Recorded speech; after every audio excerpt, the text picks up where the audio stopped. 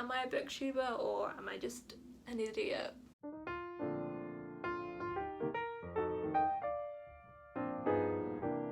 Hi guys, it's Izzy and it has been a hot minute since I filmed a video. I have been very ill and not being able to film, and then it was Christmas, so you know, things have been busy, but I think we are finally back to being able to film, so that is great. And I have a lot of videos to film because I'll be doing my most surprising books of 2019, which is this video. I'll be doing my most disappointing books of 2019, my worst books of 2019, and my best books of 2019, as well as a Christmas book haul. So your girl's gonna be busy filming, so plenty of content in January. Sorry it's late, couldn't do anything about it. So yeah, we are doing my most surprising reads of 2019. These are books either I didn't actually expect to like, but I kind of read them because they were part of a series, or I just kind of wanted to see what they were about, or books I just went into with no expectations and therefore really surprised me by being books that I really enjoyed / loved. All of these books either got 4 stars or over, so they're all books that I really loved but didn't necessarily expect to. So we're gonna get started on that. I actually only own one of these books, which is kind of tragic. Like the rest I've either got from the library or like listened to on audiobook. I need to buy them, but I've put myself on a book buying ban, regretting that choice already, but you know what, I'm gonna try and pull through. So let's get started on my most surprising reads of 2019. The first book that was the most surprising book of the year for me, well, not the most surprising book, the first of the most surprising books 2019, not even the first, what am I saying, this is the we're starting with this book and that is Sick Kids in Love by Hannah Moskowitz. I gave this book 4.5 stars. It came out I think in November this year, or like October or November, doesn't matter. It was great. This follows our main character. What is her name? Hannah. She named the character after herself. I mean, do you? But this follows our main character Hannah, who has rheumatoid arthritis, and she writes a column in like her school newspaper. Is it a school newspaper or like the local newspaper? I can't remember. And she basically like asks people like kind of random philosophical questions and sees what people say, and she kind of gives her own opinion from a person who is sick and has also like sworn off love. She's sworn off boys. She's never gonna date anyone. She's a career focused woman and we love that. But then she's in hospital having some treatment for her condition and she meets a boy called Sasha, and he has Gaucher disease. Gaucher disease. I can barely pronounce my own diagnoses, so I can't pronounce anyone else's, but yes, he has this disease, which means that he sometimes struggles with oxygen, sometimes he needs nasal oxygen, and he has like spleen and like liver conditions and stuff, so he's quite poorly and he has to go into hospital for treatment quite a lot. And yeah, so they both have chronic conditions. Neither of them are gonna kill them, but they are greatly impacting their lives. And I just love this book. I did write a kind of detailed Goodreads review, so I will link that down below if you want to hear my more in-depth thoughts.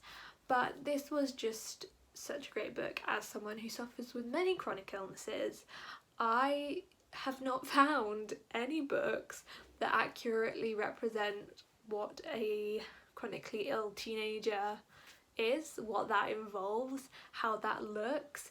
And while I have been quite a bit sicker than the two main characters, there are also times where I've been kind of at their level, and I feel like these are the characters I could connect to the most, like ever. they were just so realistically portrayed. I think you can tell that the author is either an own voices author or someone who's done a lot of research, but I think she's own voices because it's so accurate. And yeah, I was just so taken aback by the honesty and authenticity of this book. And while it is a book about chronic illness and kind of how you have to live a different life around it, and how people around you can kind of dismiss it and can kind of think you're used to it, or just kind of think you can get on with it, and you know, like things like asking for help and all that kind of stuff that comes along with chronic illnesses, all those emotions. And it was just so honest, but it also was a really lovely love story, and it was also funny and relatable and quintessential contemporary romance, as well as focusing quite heavily on chronic illness. So I think she did a really good job at balancing both of them, so it wasn't just a book about chronic illness, but it also didn't dismiss it in any way or try and like make it not about the illness. Like, it was unapologetically like, yeah, this is about sick kids.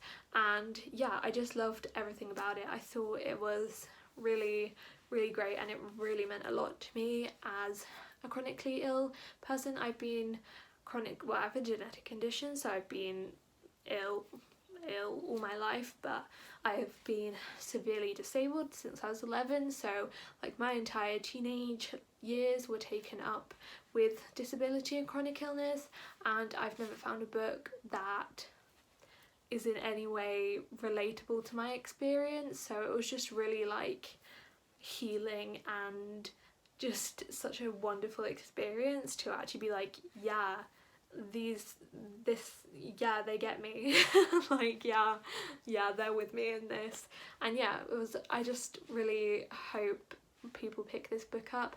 If you're aiming to read more diversely in 2020, then I implore you to pick this book up, because there's not a lot of books about disabled people or chronically ill people, and disabled people get swept under the diversity rug, I feel, and I would just really appreciate it if you would check it out. It's a great book, and it also has great representation, so do it. The next book that really took me by surprise was Starfish by Akemi Dawn Bowman, and I gave this book 4.5 stars as well. And this follows our main character Kiko, and she has a very toxic relationship with her mother.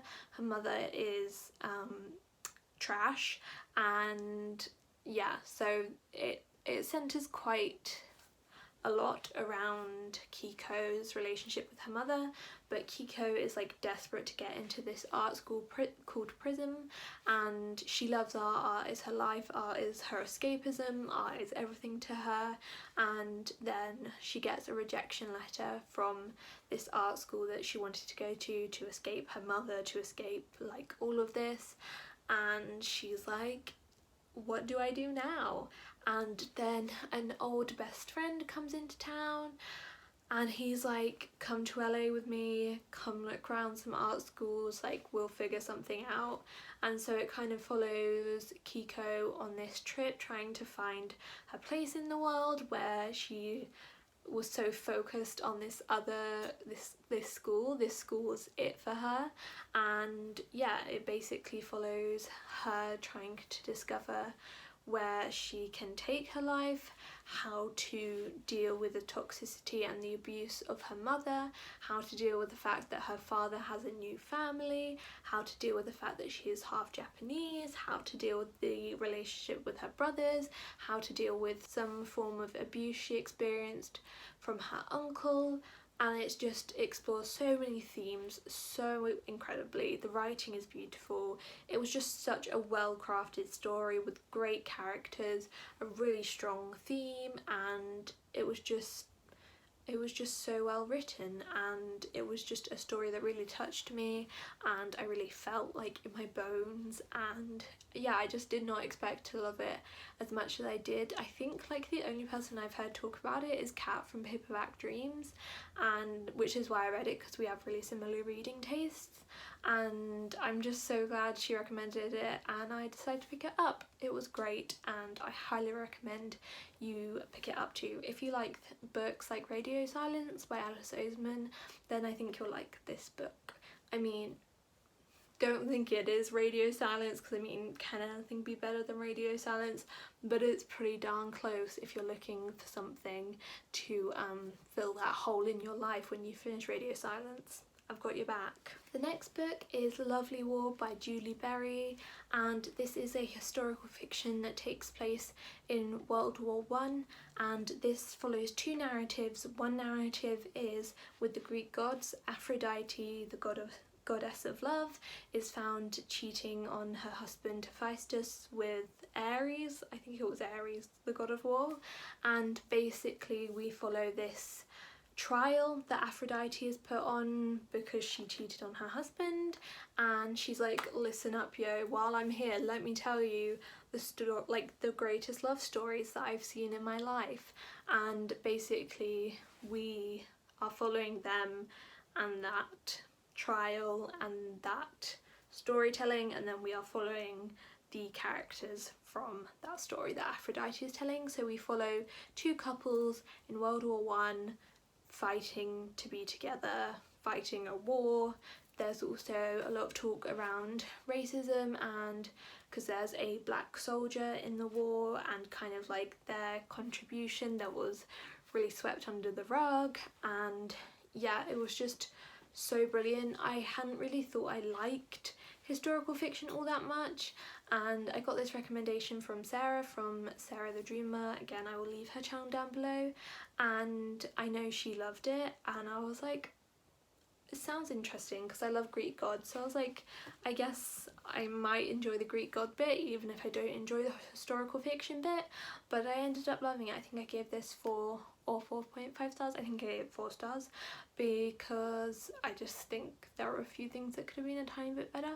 But overall, it was a really beautiful love story. It was really, really, really well told, really well crafted. I loved the two different narratives. I think it really kept the pacing excellent and kept you engaged and wanting to keep reading. So yeah, it was just a brilliant book, and one that I really didn't expect to like all that much, but I was just so curious as to how she was going to be simultaneously telling a love story and also having Greek gods on trial. But it worked. Trust me, it worked. The next book, these are basically books that I just like listen to people who have similar reading taste to me, and I was like, well, if you like it, maybe I will like it, even if it doesn't sound like something I will like. And the next book is I Will Always Write You Back, and this recommendation I got from Desi from Pastel Pages. Again, I'll leave her channel down below, and this is a non-fiction book about two teenagers who are given each other as pen pals. One is Caitlin, who lives in America, and one is Martin, who lives in Africa. Can't remember exactly where, somewhere in Africa.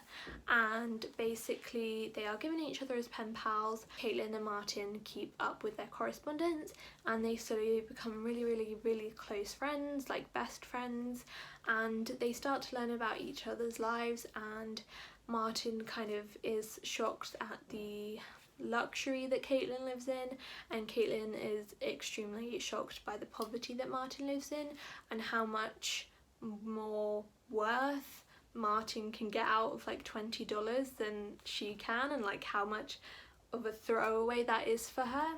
And basically they just become best friends, they learn about each other's lives, and they really just improve each other's lives, and Caitlin does everything she can to try and get Martin to the places that he deserves to go, the education he deserves to have, because he works so hard and he's so clever. And it's just the most heartwarming book.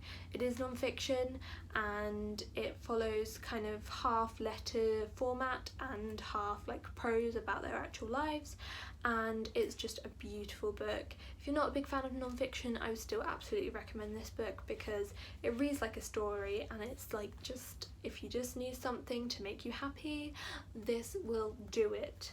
Like, my soul was healed, so it was great. It was a great read. Is that a motorbike? Can can you not, sir? Like, can you not? The next book that really surprised me is The Quiet at the End of the World by Lauren James. This follows two characters, and basically they are the last two teenagers on Earth.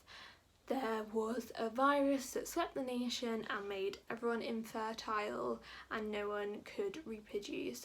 They did obviously have frozen eggs because people freeze their eggs these days, and so like they would allow a child to be born like every few years to try and like prolong the human race and give them more time to like find a cure so that they could like save the human race.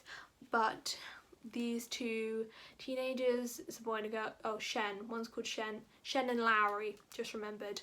Shen is the boy, Lowry is the girl, and they are the last teenagers left. There's not going to be any more children. They have their families who they live with, but they're all quite old now, and it just kind of follows them and how it feels to be the last people on Earth, basically. And it does have some action, but it is mainly kind of philosophical and about the relationships they've built and how they feel about the fact that they are going to be the last ones left. And it's such a great concept that I didn't expect to be pulled off as well as it was, and it was just a really beautiful book and a really like enthralling book, even though it wasn't like high tension, but it was just so engaging and the writing was so great, and yeah, I just really loved it. The ending wasn't my favourite, which is why it got a 4-star instead of like a 5-star, but apart from that it was really great. So yeah, it was a really pleasant surprise and a book I don't really hear anyone talking about, so read it. Speaking of Lauren James, another book that was a big surprise for me was The Loneliest Girl in the Universe by Lauren James, and this is a book about a girl called, what's your name? Romy, I don't know, and basically she is on a spaceship and she is off to this planet to start a colony. Now originally she had parents and there were like loads of people on this ship to start a colony, but somehow everyone's dead and she's the only one left, which you find out why eventually. But they have sent out another like teenager named Jay, and he is like gonna catch up to her and join her, and then they're gonna go onto the planet together. And this kind of is off to a slow start. We kind of just see Romy's day-to-day life living on her own in the spaceship and kind of the effect that has on her. Then we get some action, and I don't want to say any more than that because you just need to read it. Like, I could not put this book down. Like, once I got to the halfway point, I literally just like flew through it because I literally could not put it down. It was so good and it was so entertaining and it was so like thrilling, and to be honest I didn't know there was going to be that much action in this book. I thought it was going to be predominantly just like Romy living her life on the spaceship and how that like affects her, and then her like arriving at this planet and stuff, and yeah, it just was not what I expected, and it was so much better than what I expected it to be. It's got a really beautiful cover as well, but it's a brilliant book, really entertaining, and definitely again a book I don't think enough people talk about, and it's really short, so I would highly recommend it. The next book I have to talk about is Obsidian by Amy Kaufman and Jay Kristoff. This is the third and final book in the Illuminae series, and I gave Illuminae and what's the second one, Gemina, 3 stars. I really loved the plot and the format. This is told in a mixed media format, so there's like files, letters, texts, diagrams, all kinds of stuff, which makes it really entertaining and a really quick read. And I'd given the first 2 3 stars because I loved the plot, but I wasn't a fan of the characters or the writing, so I had kind of struggled with that because it was kind of disappointing. This basically follows the story of Katie and the boy called Grant, I don't remember, but basically there's this company called Baytech and they bombed Katie's planet, and so some amount of people got away on this spaceship, like a few thousand people I think, and they are being pursued by Baytech Industries because they want to like kill all of them. And then on this ship there is this virus that making people like go crazy and kill people, and there's also like a crazy AI system thing. So it sounds amazing, the plot is great, and kind of this follows the fallout and the continuation of the series. But Obsidian was really a surprise to me because it really focused a lot on the war and the effects it has on people, and it was much deeper and more philosophical and just made me feel a lot more than the other two had made me feel. And I really appreciated how they kind of explored what it feels like to be at war, to be on either side of the war, whether you think you're on the right side. They also deal with occupation, so like the character's planet is under occupation by this Baytech Industries thing, and we follow two characters, one who is on the side of Baytech and one who is just on this planet that has been occupied by Baytech. And I just think it was so incredible how they kind of looked at that scenario, and I think they did a really good job. It just really shocked me because it was not what I was expecting at all. I gave this book 4 stars because it didn't have a great ending. I felt like the ending was quite a bit of a cop-out, and I think I might have written a longer Goodreads review. If I have, I'll leave that down below, and if you want like spoilery thoughts of why I didn't love the ending, then I'll leave that down below.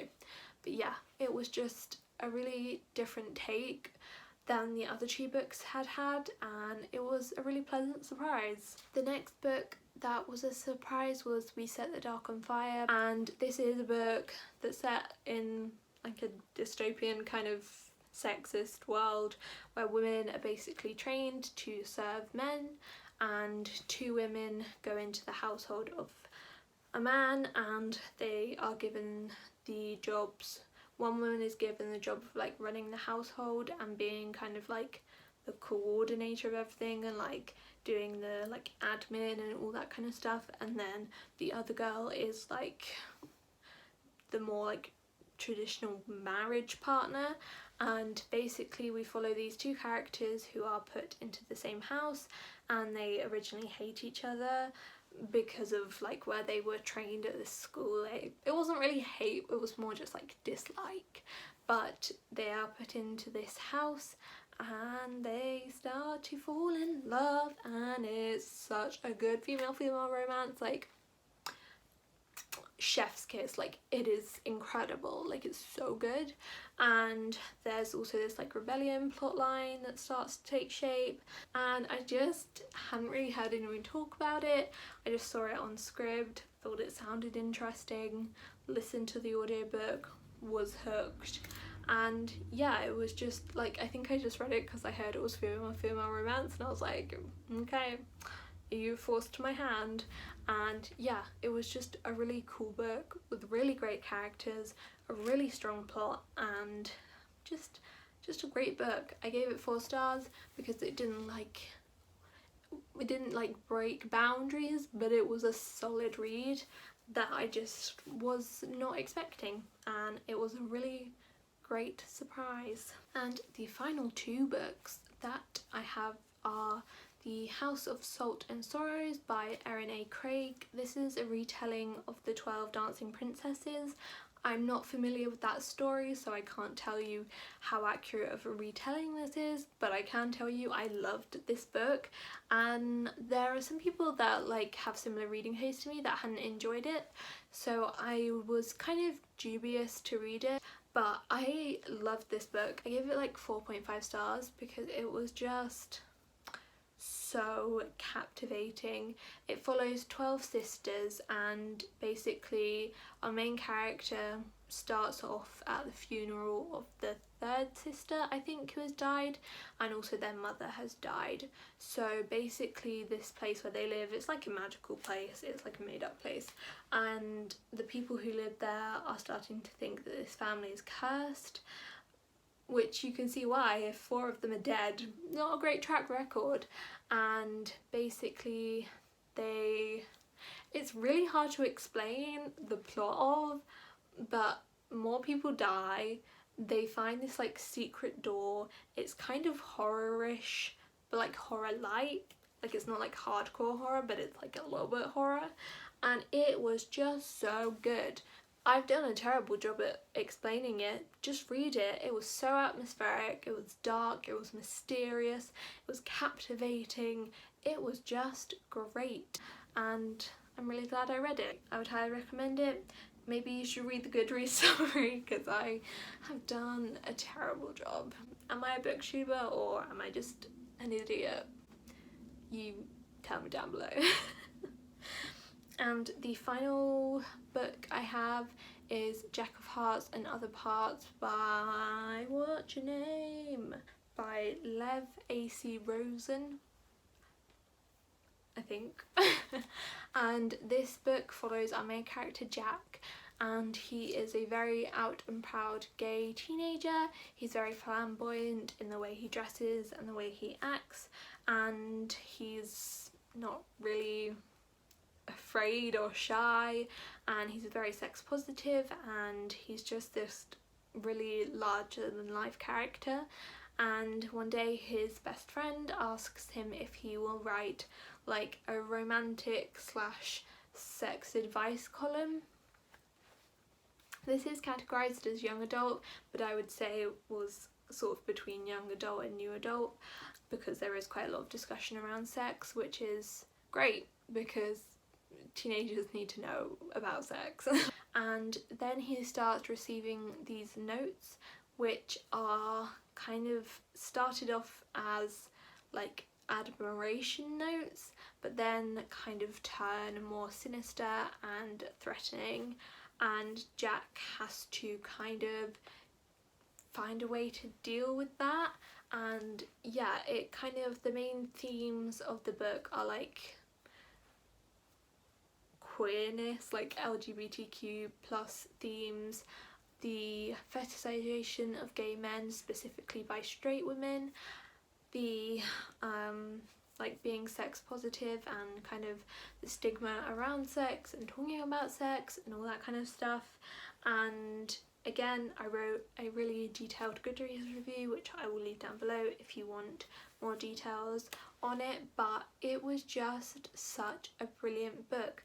The characters were amazing, the plot was brilliant, it kept me so engaged, and I just was really happy that it existed as a book for queer teens growing up, and finding this book and kind of feeling more comfortable in their skin because of it, and kind of learning about relationships and all that kind of stuff. And I just think it was a brilliant book that was done so well. I know other people hadn't enjoyed it that much, like some people loved it, some people like really didn't like it, and I was one of those people that loved it, so I was just really pleased because I really didn't have expectations going into it. All the themes were explored brilliantly, and overall it was just a really nice surprise and a great book, and a book I think a lot of teenagers should read, and also anyone should read. That is all of my most surprising books of 2019. I have, as of now,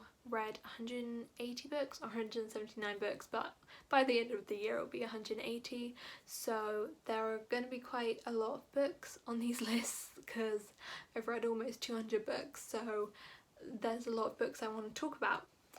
So yes, tell me down below what your most surprising book of 2019 was, or however many you want to tell me about, and I would love to know kind of like if you expected to hate it or if you just had no expectations at all.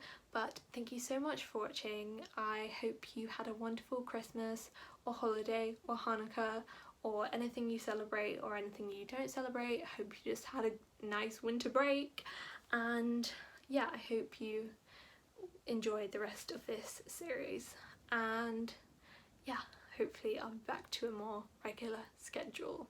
Thank you so much for watching. I hope you have a wonderful rest of the day, and I will see you next time. Bye!